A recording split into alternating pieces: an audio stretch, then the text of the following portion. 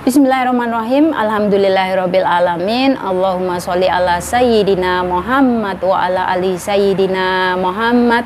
Assalamualaikum warahmatullahi wabarakatuh. Halo teman-teman, apa kabar semua? Mudah-mudahan teman-teman selalu dalam lindungan Allah Subhanahu wa taala. Amin. Alhamdulillah, di video kali ini saya akan membacakan komen ya dari teman kita. Oke. So di sini ada Mbak Hana.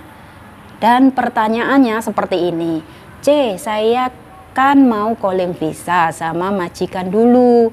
Saya ditanya nominal gaji yang saya mau. Saya sudah kerja sama dia 3 tahun dulu. Kira-kira sekarang gaji di Singapura berapa untuk yang X? Oke teman-teman, jadi di sini ya buat yang sudah X dengan majikan yang lama dan ingin kembali dengan majikan yang lama, sudah pasti kesepakatan antara mbaknya dengan sang majikan. Dan untuk gaji yang sudah X saat ini ya teman-teman, sudah X itu adalah 700, 750 sampai 800 tergantung dari pekerjaan kalian. Apakah pekerjaan kalian nantinya itu berat, ringan atau sedang? Oke. Di sini harus disesuaikan dengan pekerjaannya ya Mbak ya, karena untuk pekerjaan yang ringan-ringan saja sudah pasti majikan akan berpikir dari situ ya, pekerjaan kamu loh di sini nggak berat kayak gitu. Misalkan ya saya kasih contoh, rumahnya tinggalnya itu cuman di apartemen, cuma ya kan rumahnya kecil tuh ya. Misalkan tinggalnya cuman di rumah kondo, atau misalkan yang tinggalnya di teras atau banglo, itu kan sudah pasti rumahnya gede ya, sudah pasti ada mobilnya, disuruh untuk mencuci mobil, mungkin ada anjingnya, dan mungkin ada anak atau ada orang tua yang harus dijaga. Itu kan sudah pasti pekerjaan yang ekstra ya. Jadi dari sini kalian bisa menilai sendiri. Saya sudah ngasih wawasan ya. Di sini untuk yang X itu adalah 700, 750 sampai 800. Tergantung dari pekerjaannya ya Mbak, disesuaikan saja. Jangan kalian meminta gaji yang tinggi-tinggi. Karena apa? Gaji yang tinggi resikonya sudah pasti besar Mbak. Misalkan kalian nanti akan dikasih pekerjaan yang begitu berat. Misalkan kalian akan dikasih terus waktu untuk bekerja itu terus kayak gitu. Nggak ada jam istirahatnya, capek sendiri. Ya, jadi di sini kalian jangan berpikiran kepengen gaji yang besar kayak gitu. Bukan berarti gaji besar itu kita akan merasa nyaman, bukan teman-teman. Justru gaji yang besar itu ya, kita itu sebenarnya merasa tertekan. Karena apa? Ya itu tadi, mungkin karena majikan ya sering komplain. Ya, masalah kecil dibesar-besarkan. Terus mungkin karena majikannya rewel. Terus mungkin karena pekerjaannya terlalu berat. Nah, itu resiko yang mendapatkan gaji besar ya, mungkin gajinya 1000, 1100 itu yang tinggalnya di rumah, mungkin rumahnya banglo atau rumahnya teres kayak gitu ya. Di sini memang pekerjaannya nggak gampang, dan menjadi seorang TKW Singapura ya Mbak ya, pekerjaannya kalau menurut saya itu nggak pernah ada habisnya. Itu yang saya pikirkan, itu yang saya rasakan ya. Pekerjaan itu nggak ada habisnya, apalagi kalau misalkan majikan kalian itu nggak kerja dan majikan kalian itu berada di rumah yang selalu ngebuntutin kalian semuanya. Itu benar-benar kalian akan merasa ya Allah, sampai segininya ya kerja di luar negeri. Ya memang nggak mudah Mbak ya, bekerja di Singapura itu kalau misalkan majikan kalian berada di rumah terus ya, majikan kalian itu nggak kerja kayak gitu, terus kalian selalu dihadapkan dengan pekerjaan, dihadapkan dengan CCTV yang masih hidup, kalian dibuntutin kemana-mana, apalagi yang masih baru di situ bakalan majikan terus, mungkin ya majikan mau cari apalah itu sambil ngecek kita apakah kita itu bekerja atau enggak ya. Di sini saya itu paham banget teman-teman, karena saya sudah berada di Singapura ini sudah belasan tahun, jadi saya paham karakter majikan tuh, ngerti banget ya.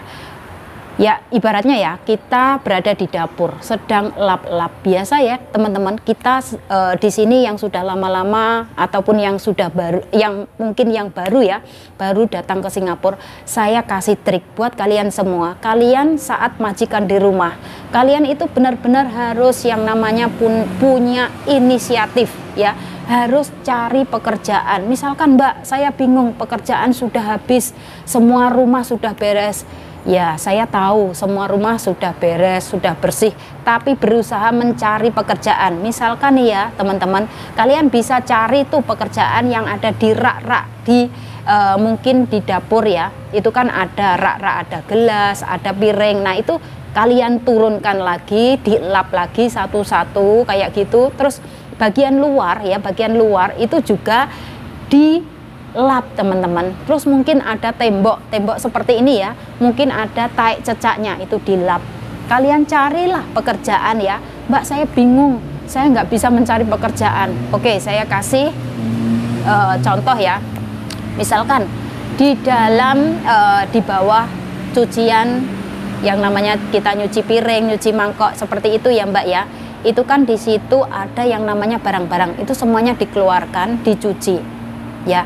Di sini memang nggak mudah ya, apalagi yang baru pertama kali menginjakkan kaki ke Singapura. Benar-benar nggak mudah, pasti kalian bakalan merasa kebingungan untuk mencari pekerjaan ya. Dan di sini kenapa toh Mbak Asih itu selalu ngasih wawasan yang tentang hal-hal yang serumit ini ya, biar kalian juga ngerti teman-teman ya. Karena di sini masih banyak yang bingung tentang pekerjaan dia yang ada di rumah majikan. Di sini buat kalian semuanya, misalkan ya gaji kalian 750 tapi kalian nggak ngerti pekerjaannya, kan juga nantinya kalian bakalan merasa nggak nyaman. Karena apa? Di sini ada majikan di rumah. Ya saya kasih contoh. Misalkan majikan kalian nggak di rumah, tapi di rumah kalian ada, mungkin ada CCTV-nya ya, seperti itu. Kalian juga bakalan merasa nggak nyaman, apalagi yang masih baru menginjakkan kaki untuk pertama kali datang ke Singapura. Oke, so di sini saya memang selalu ngasih penjelasan yang lebih detailnya lagi tentang gaji di Singapura dan juga tentang pekerjaan. Emang ini ada saut pautnya Mbak ya. Oke, tentang gaji besar, tapi tentang pekerjaan masih bingung. Nah, di sini saya ngasih penjelasan ke kalian tentang mungkin Mbak, saya gajinya segini, tapi saya dipekerjakan di 2 alamat. Nah, di sini mungkin ada yang tahu tentang rule, tentang peraturan yang ada di isi kontrak kerja, bahwasanya kita nggak boleh dipekerjakan lebih dari 1 alamat. Nah, di sini buat kalian ya, mungkin kalian yang berani untuk ya membela diri, membela kebenaran, bahwasanya kalian bakalan merasa nggak terima, merasa dibodohin oleh majikan. Nah, kalian bisa yang namanya telepon atau mengadu ke MOM atau Embassy Indonesia ya teman-teman, karena di sini banyak sekali di antara teman-teman kita yang masih baru pertama kali menginjakkan kaki ke Singapura ya, itu kan ada tuh ya yang dipekerjakan di rumah saudaranya, mungkin dibawa ke rumah ibunya, atau mungkin dibawa ke rumah siapa kayak gitu. Di sana juga disuruh untuk bekerja. Nah, di sini sudah pasti mbaknya merasa nggak terima. Karena apa? Di rumahnya majikan disuruh bekerja, dibawa ke sana disuruh bekerja, capek. Memang kita ini robot, bukan? Ya, meskipun kita di sini sebagai seorang pembantu rumah tangga, tapi kita di sini juga manusia. Kita juga sama seperti halnya sang majikan. Kita juga punya rasa capek, ya. Oke, di sini saya mewakili mbak-mbak TKW Indonesia ya, bahwasanya benar sang majikan pekerjakan kita, sang majikan ngasih gaji sama kita, tapi di sini sang majikan nggak berhak mempekerjakan kita lebih dari 1 alamat. Oke, dan itu sudah menyalahi undang-undang. Oke, di sini buat teman-teman yang nggak terima, kalian bisa mengadu. Tapi ada juga yang merasa oke-oke saja dengan pekerjaan seperti ini, itu ada. Karena kemarin juga ada yang nge-DM saya ya, semuanya tergantung ataupun terbalik dari diri kita masing-masing ya teman-teman. Apakah kita itu benar-benar nggak apa-apa lah, karena majikan saya kan juga baik, saya dipekerjakan di sana nggak apa-apa, orang itu majikan saya juga baik. Tapi ada juga yang merasa keberatan kayak gitu. Jadi di sini buat teman-teman mungkin yang merasa keberatan atau kalian merasa nggak nyaman dengan pekerjaan yang seperti itu, nggak apa-apa, kalian bisa mengadu ya. Dan di sini saya juga spill sekalian gaji yang non, yang baru pertama kali menginjakkan kaki ke Singapura. Oke, untuk saat ini standarnya itu adalah 550 ya. Jadi kalau misalkan dikruskan itu sudah 6 juta lebih untuk yang non, untuk yang pertama kali datang ke Singapura ya. Jadi di sini misalkan Mbak, saya juga kepengen kerja ke Singapura, tapi saya nggak bisa bahasa, saya nggak bisa masak. Nah, itu bagaimana Mbak solusinya? Kalian bisa numpang proses ke PT dulu Mbak. Ya, di sana nanti kalian bakalan diberi pembekalan ilmu yang bermanfaat buat kalian ya, tentang bahasa, tentang tata cara kerja di Singapura ya. Entah itu kalian nanti mungkin jobnya ya menjaga anak, menjaga orang tua jompo, atau mungkin hanya bersih-bersih rumah ya. Dari sana kalian bakalan dikasih semua ilmu-ilmu yang bermanfaat. Ada juga tuh ya yang di PT itu diajarin cara masak di Singapura tuh ada, masakan Singapura tuh bagaimana itu ada Mbak ya. Jadi buat teman-teman semuanya yang saat ini masih ada di Indonesia, nggak ada ruginya kalau kalian numpang proses ke PT, itu nggak ada ruginya, daripada kalian langsung ibaratnya lewat jalur calling visa. Nggak ada pembekalan sama sekali, nggak ada yang namanya diajarin tentang ngomong bahasa Inggris, tuh nggak ada. Nanti kalian bakalan merasa kebingungan, kesusahan sendiri setelah datang di rumah majikan. Kalau misalkan majikan ngomong bahasa Inggris kalian nggak paham, terus bagaimana Mbak perasaan kalian? Apa yang kalian rasakan ya? Jadi sejak dini kalian berpikirlah, kalian mikir ya, oh ya misalkan suatu saat majikan saya itu ngajak ngomong, terus majikan tiba-tiba ngomongnya bahasa Inggris dan saya nggak ngerti. Nah di situ kalian harus mulai berpikir bahwasanya ya, misalkan buat teman-teman yang kepingin kerja ke Singapura tapi pengennya cepat-cepat, nggak mau yang namanya numpang proses lewat PT, itu benar-benar kalian akan merasa kerepotan sendiri setelah berada di rumah majikan. Misalkan majikan kalian nyuruh untuk ngambilkan piring, itu kalian ngambilnya salah.